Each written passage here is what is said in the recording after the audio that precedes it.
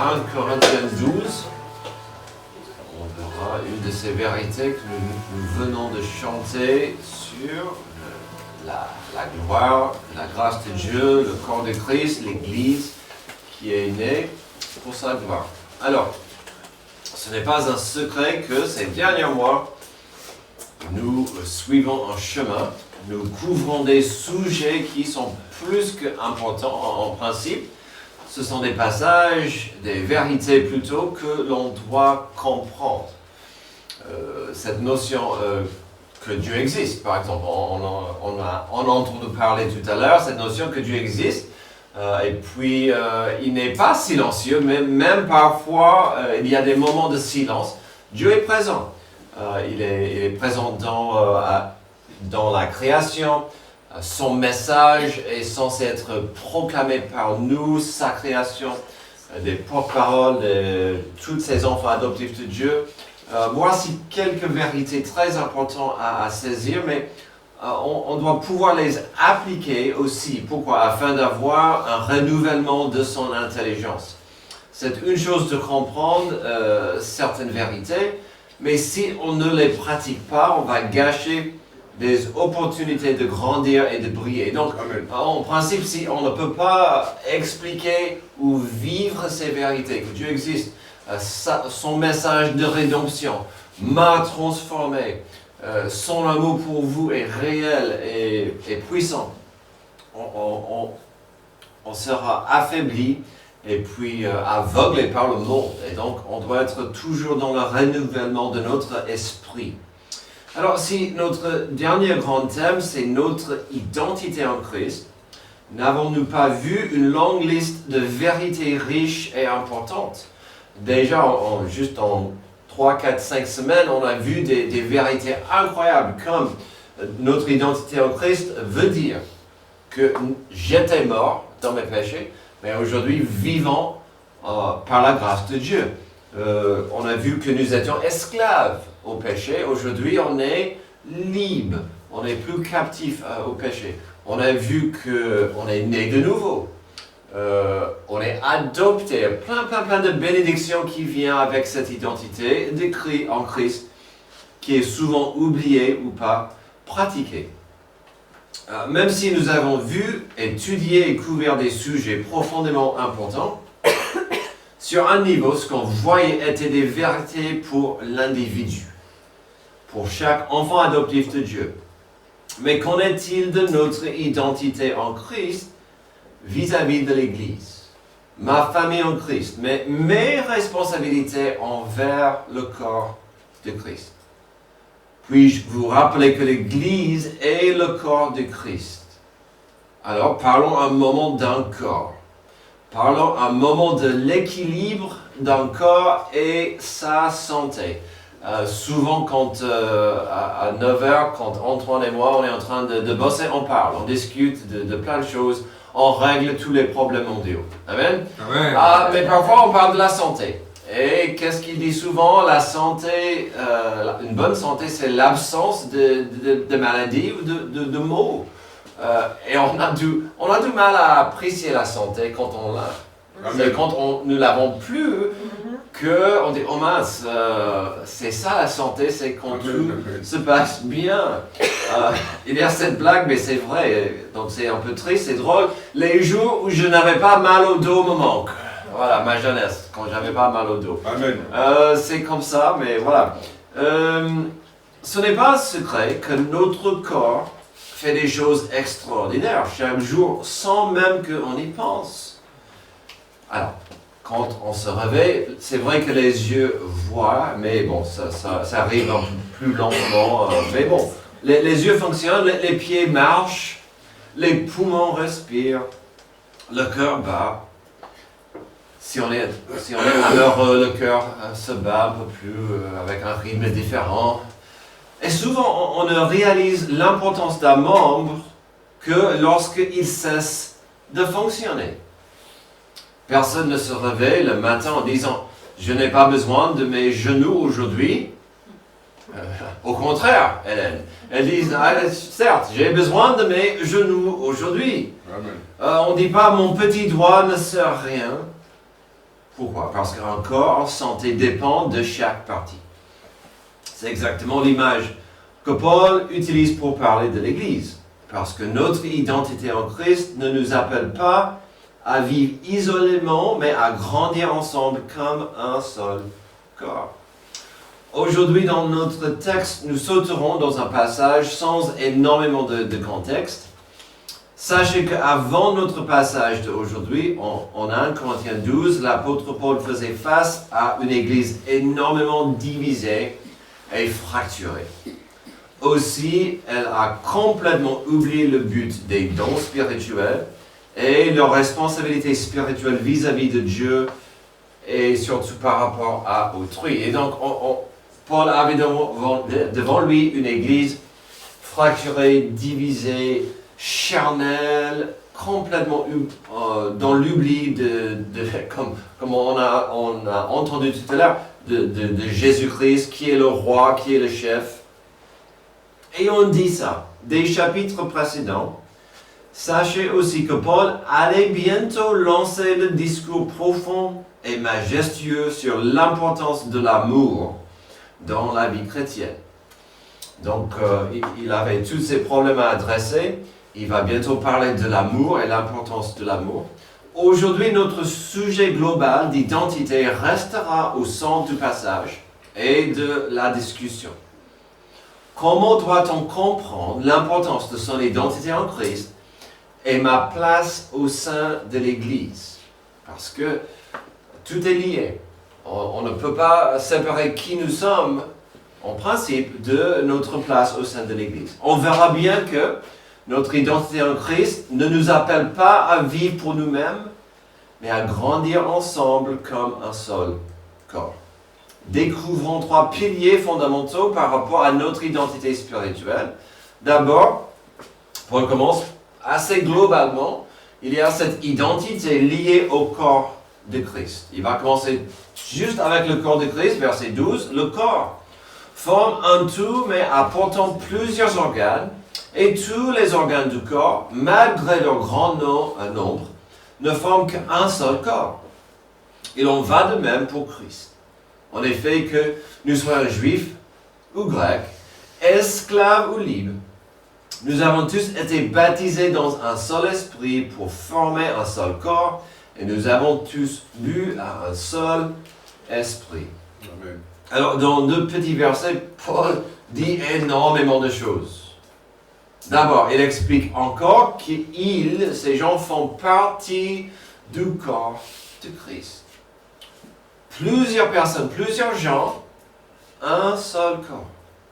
Cela fait partie de votre identité si vous êtes un enfant adoptif de Christ. Si vous avez reçu la nouvelle naissance spirituelle, si vous avez le cœur régénéré, ce nouveau cœur, par Dieu, il faut comprendre que vous n'êtes pas seul, ni indépendant de Dieu, ni son Église. Parfois, ça arrive. Quelqu'un peut accepter Jésus comme sauveur, soit il aura du mal à s'intégrer dans une église, soit il n'est pas trop intéressé par l'église, il va vivre sa vie totalement isolé d'une église. C'est pas idéal, c'est pas du tout vraiment la volonté de Dieu, sauf s'il n'y a pas une église. Et je comprends, parfois ça arrive, il n'y a pas une église autour. Quelqu'un peut accepter le Seigneur, il n'y a pas une église autour, mais en principe, on fait partie du corps du Christ et donc on doit s'intégrer. Paul nous rappelle ici à quel moment que cela arrive. Au moment du salut, au moment de la nouvelle naissance, c'est le Saint-Esprit qui entre chez la personne pour faire certaines choses. D'abord, c'est lui, le Saint-Esprit, qui fait le miracle du salut dans la personne. On sait que le salut est possible grâce à ce que Jésus a fait à la croix, mais la régénération vient par l'action et la puissance du Saint-Esprit. Dieu le Père offre le salut, Jésus a fait l'action nécessaire, le sacrifice. Quand la personne par la foi accepte Jésus comme sauveur, c'est le Saint-Esprit qui régénère et donne cette naissance dans le cœur. c'est de ça qu'il parle au verset 13. Et c'est ça, en fait, le vrai baptême du Saint-Esprit. Il y a un seul baptême du Saint-Esprit, parfois c'est mal compris, ou parfois le terme est utilisé à gauche et à droite. Mais le Saint-Esprit, c'est quand on accepte Jésus comme sauveur et la nouvelle naissance arrive. On a vu ça il y a quelques semaines en Romains, que au moment du salut, j'étais mort, mais je suis baptisé dans la mort de Jésus et je sors avec dans sa vie. Et donc ça, c'est vraiment ce moment. Donc n'oublions pas la vérité de notre premier point. Si on a du mal à comprendre notre place dans le corps de Jésus-Christ, on peut facilement rater notre vraie identité. Et quelle est notre vraie identité?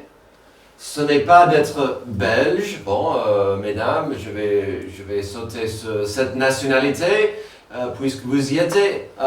Votre vraie nationalité n'est pas d'être belge, française, américain, ivoirien.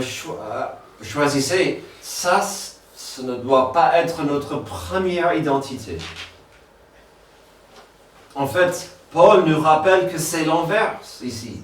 Notre vraie identité doit se trouver maintenant en tant que membre entre plusieurs, mais dans un seul corps, le corps de Christ. Verset 12 encore, le corps forme un tout, mais apportant plusieurs organes, et tous les organes du corps, malgré leur grand nombre, ne forment qu'un seul corps.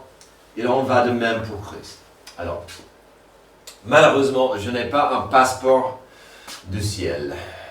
Mon passeport, c'est américain, mais quand je me réveille, chaque jour, quand je m'offre à Dieu, ça ne devrait pas être en tant qu'Américain. Pour vous, un Français, non, je suis d'abord un enfant adoptif de Dieu. Je suis un fils, une fille de Dieu. Et comme je viens de parler des nationalités, par exemple, revoyons la suite. Car votre identité de tous les jours ne doit pas être homme, femme, noir, blanc, africain ou autre. Paul a dit, peu importe de où vous veniez, ces choses ne sont plus importantes. Ce qui compte, c'est d'être baptisé par le Saint-Esprit, étant transformé par le salut et la grâce de Dieu. Qu'est-ce qui compte? Il nous le dit, cette belle liste au verset 13. En effet, que nous soyons juifs ou grecs, esclaves ou libres, nous avons tous été baptisés dans un seul esprit pour former un seul corps. Nous avons tous bu à un seul esprit. Esclaves? Ne pensez plus comme esclaves. Vous êtes grec? Vous êtes juif? Non. Pensez d'abord que vous appartenez au corps de Jésus-Christ. Quel message radical à l'époque, quand les rangs de la société étaient plus évidentes, plus fortes, il n'y avait pas d'espoir de monter. Quel message radical aujourd'hui.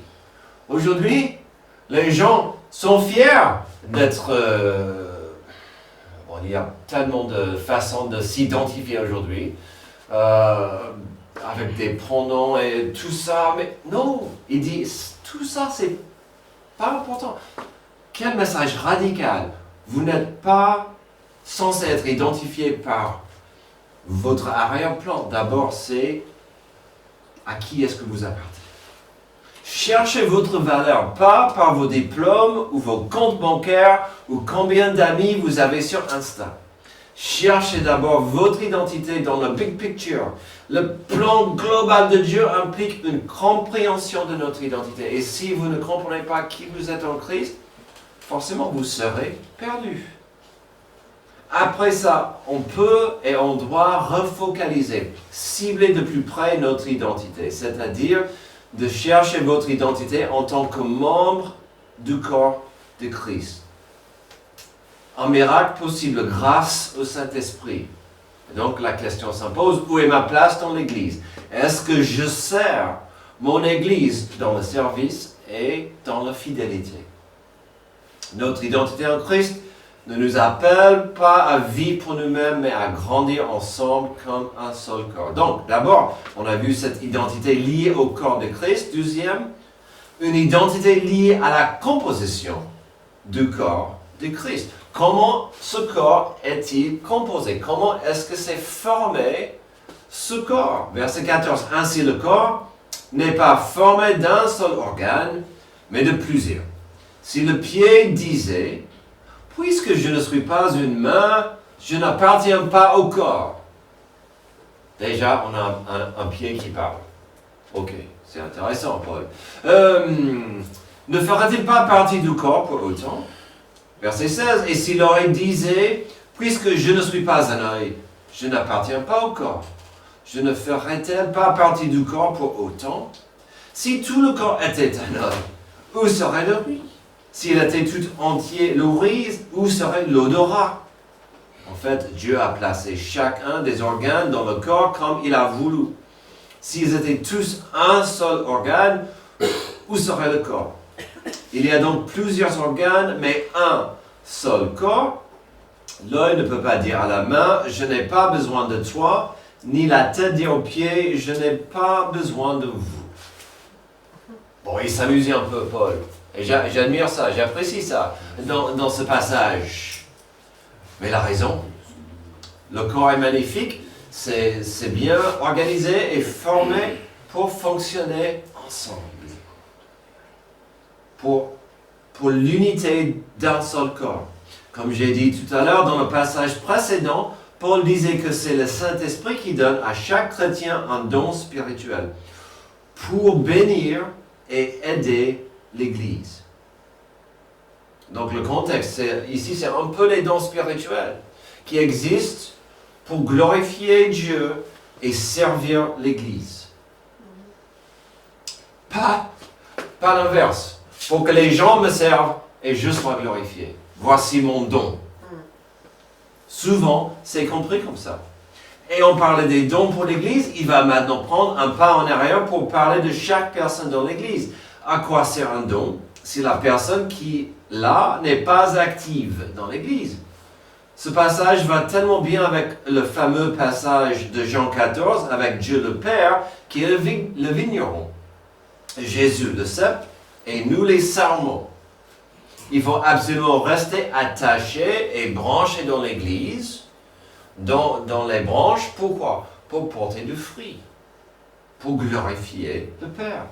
Donc il commence, Paul, avec cette image simple mais puissante du corps et c'est parti.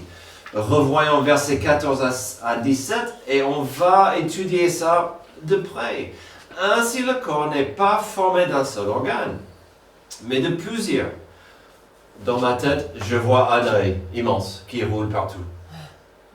Quand je vois ça, c'est un peu bizarre, c'est un peu moche. Ça ne durerait pas longtemps, un œil qui roule partout.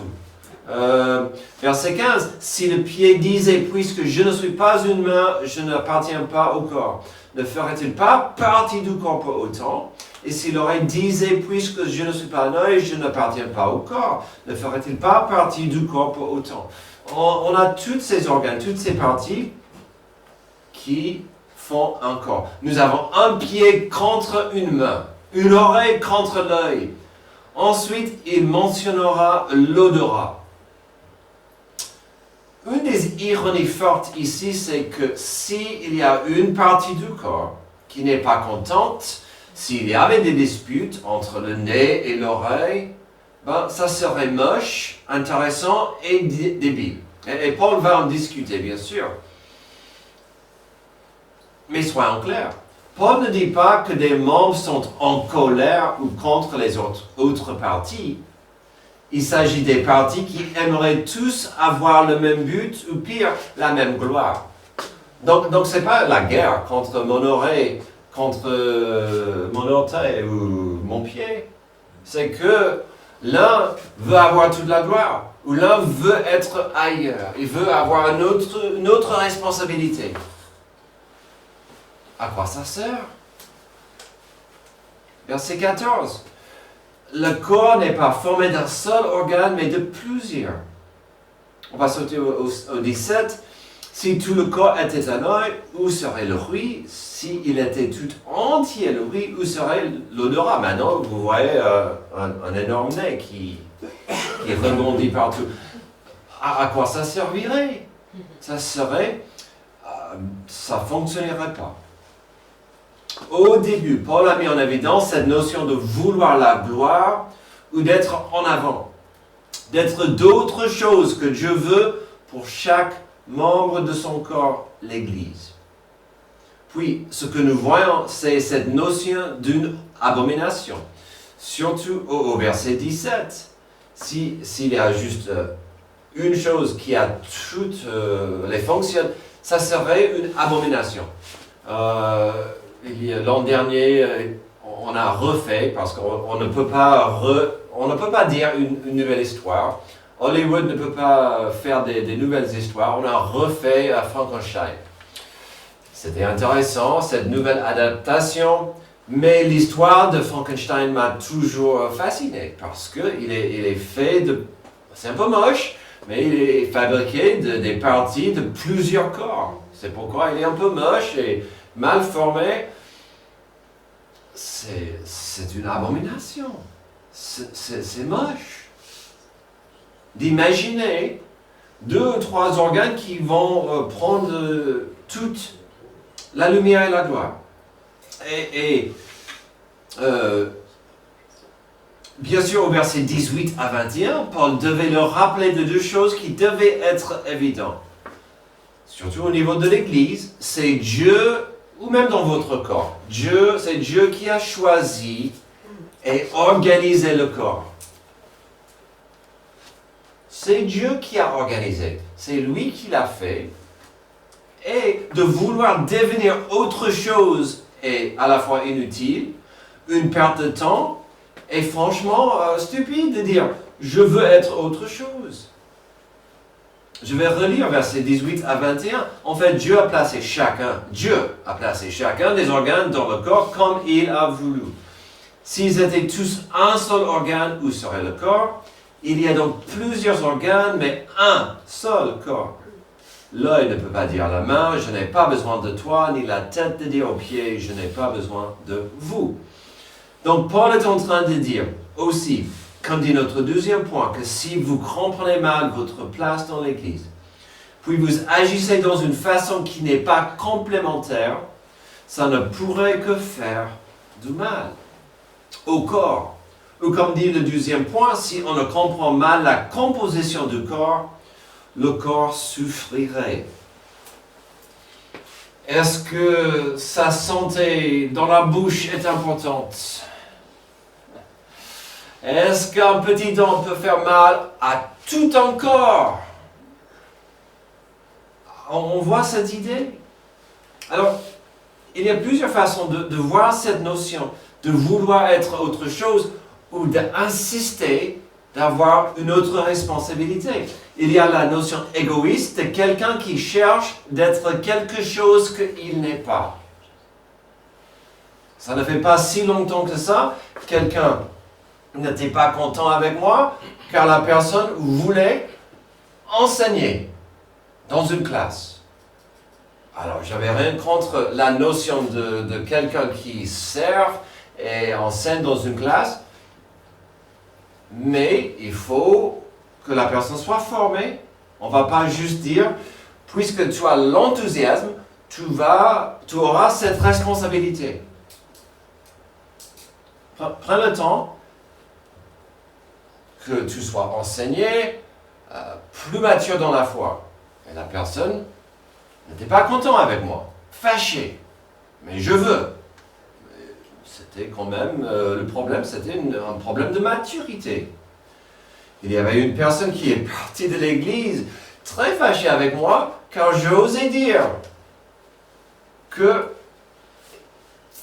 le don d'évangélisation est un don que tout le monde n'a pas.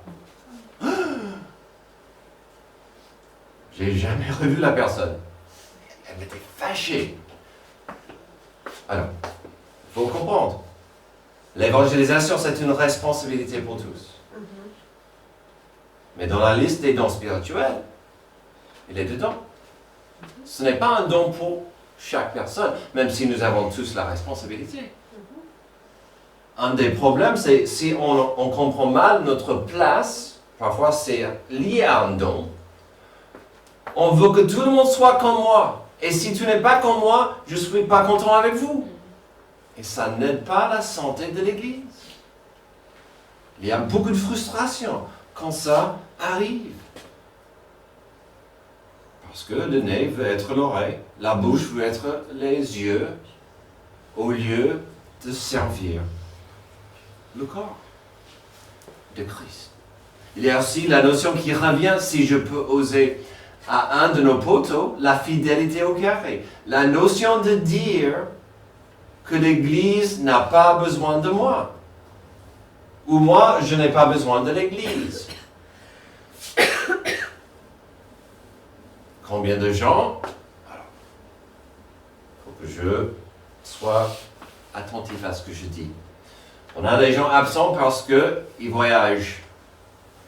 Mais pas tous les gens absents aujourd'hui sont en voyage. Que pense-t-il ce matin? J'ai pas besoin d'être à l'église. L'église n'a pas besoin de moi. Si vous comprenez bien ce passage, au contraire,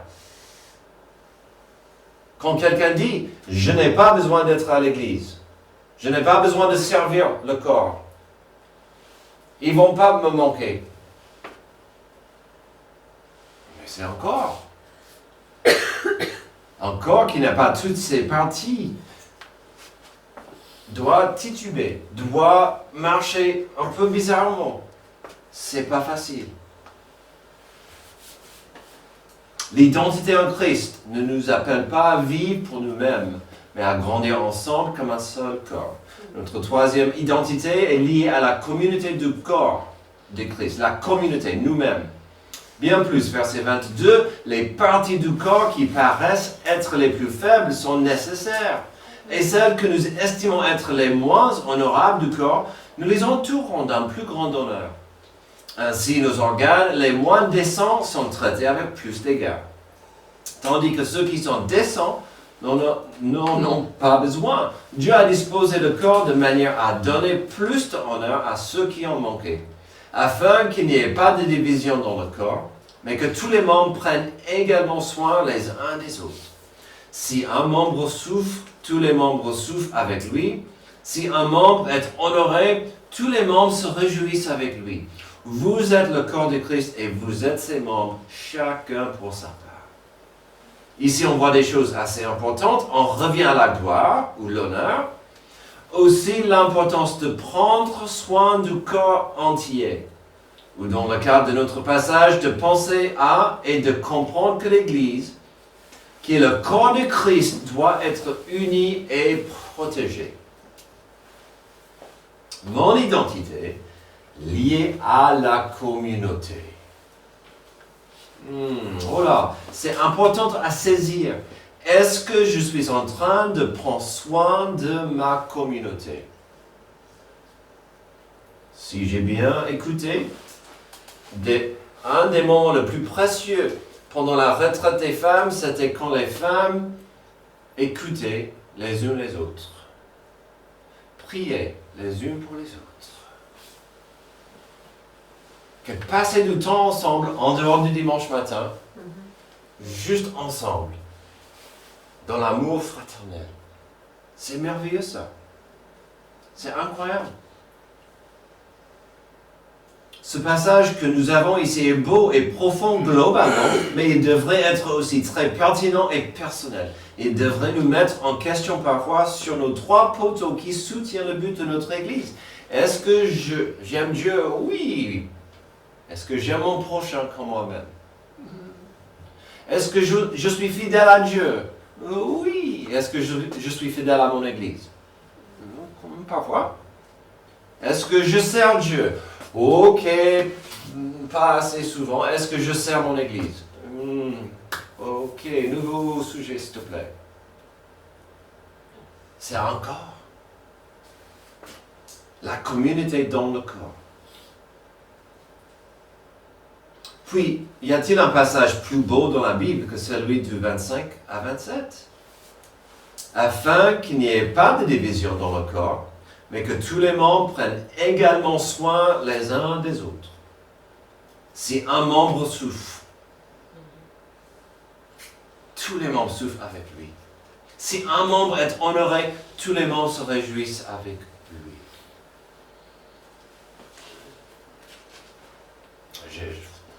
Ce passage me parle. Est-ce que je souffre assez pour ma sœur Eden? Est-ce que je souffre assez pour Roberto? Est-ce que je souffre? Et ça, c'est pour les choses physiques. Est-ce que je souffre pour ceux qui souffrent à cause des persécutions, à cause des épreuves dans la vie? Peut-être pas. Ce passage est fort, car il nous rappelle l'importance du corps. Je peux prier, je peux intercéder en moi pour les gens. Est-ce que je souffre avec Jonathan? Peut-être pas, j'aurais du mal à comprendre sa souffrance, ses difficultés. Je peux prier. Pour ceux qui ne sont pas ici avec nous, mais qui font partie du corps. Dans la Bible, il y a une maladie qui fait peur. Vous le connaissez, c'est-à-dire la lèpre. Heureusement, aujourd'hui, dans le monde moderne, elle est moins problématique. En même temps, pensez au corps humain atteint de la lèpre. Sachez que cette maladie rend insensible les nerfs du corps. Elle prive lentement une personne de la sensation. Un doigt ou un orteil peut être blessé, brûlé ou coupé, et pourtant la personne ne ressent rien. Il n'y a pas de douleur pour signaler le danger. De la même manière, Paul nous rappelle ici que dans le corps du Christ, aucun membre n'est superflu. Ce n'est pas parce qu'un rôle est moins visible ou moins célèbre qu'il est sans importance. Lorsqu'un doigt ne peut pas sentir la douleur, le reste du corps doit compenser, protéger et en prendre soin. Le danger de l'engourdissement nous rappelle que la faiblesse d'une partie peut avoir des conséquences pour tout le corps si elle est ignorée. De même, lorsqu'on néglige les membres apparemment mineurs ou en difficulté de l'Église, tout le corps en souffre. Et donc, on revient à l'amour pour Dieu et l'amour pour mon prochain. De plus, la lèpre nous enseigne quelque chose de subtil mais profond. L'absence de sensation n'est pas la même chose qu'une absence de valeur. Oh, je ne sais pas, peut-être une toute petite vésicule biliaire. On en a qui n'ont plus ce petit membre.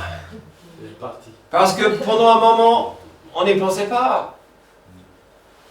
Quand ça va mal, tout le corps souffre. Même une partie du corps qui ne peut pas ressentir a de l'importance. Elle a besoin des soins. Elle appartient toujours au corps. Elle fonctionne encore, parfois de manière invisible. Paul trace un parallèle. Les humbles, les oubliés, ceux qui souffrent dans notre communauté ne doivent pas être méprisés ni ignorés. Leur faiblesse n'est pas leur identité. Elle est un appel pour que le corps aime de manière plus intentionnelle. Tout comme un corps protégerait son droit engourdi, l'Église est appelée à embrasser, soutenir et valoriser chaque membre afin que le corps de Christ reste entier. Quand Jésus a lavé les pieds de ses disciples, il voulait qu'ils comprennent l'importance du service dans l'amour. Alors notre passage aujourd'hui est profond, beau, important, certes. Il peut aussi nous rappeler de certaines vérités presque dérangeantes. Si on a du mal à saisir certaines choses par rapport au corps du Christ globalement, ou si on apprécie mal sa composition, ou la communauté qui en est impliquée, il y a deux choses qui pourraient arriver, deux choses tristes, parfois même nocives.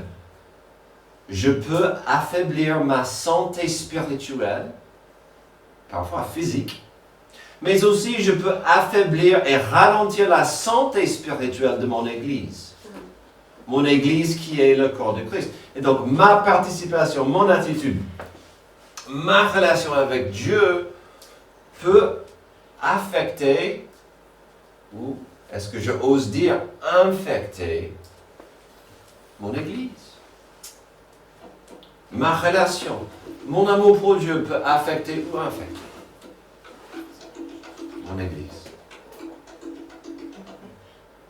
Imaginez un grand aéroport, bien actif et plein de vie.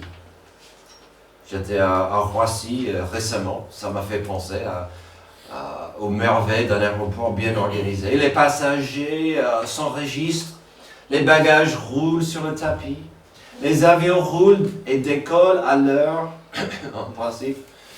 Mais en coulisses, de nombreux gens rendent tout ça possible. Le manutentionnaire emplit soigneusement les valises, l'équipe de maintenance qui vérifie les moteurs, le concierge qui assure la propreté des toilettes, l'agent de sécurité qui contrôle des sacs. Aucun de ces métiers ne fait la une des journaux, sauf au printemps quand on fait la grève. C'est pas dans mes notes.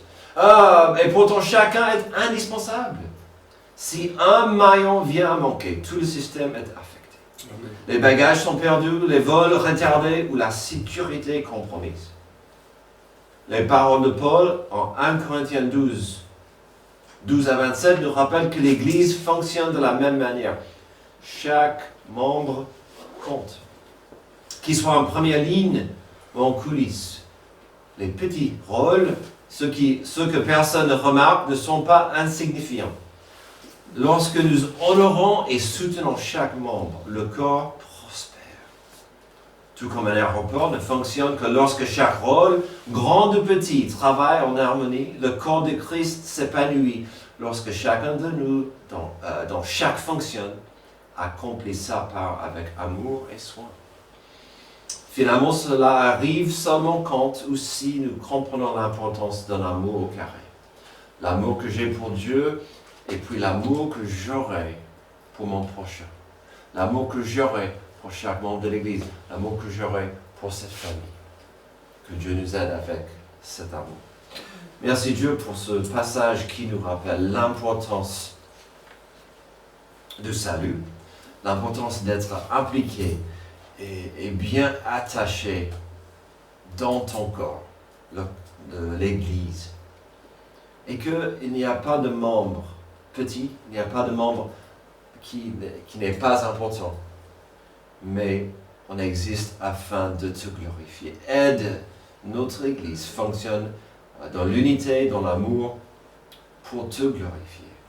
Aide-nous à comprendre et voir s'il y a des choses qui doivent être changées ou même si la repentance est nécessaire afin que ce corps fonctionne en bonne santé pour ta gloire. C'est dans le nom de Jésus que je prie. Amen. Levez-vous s'il vous plaît pour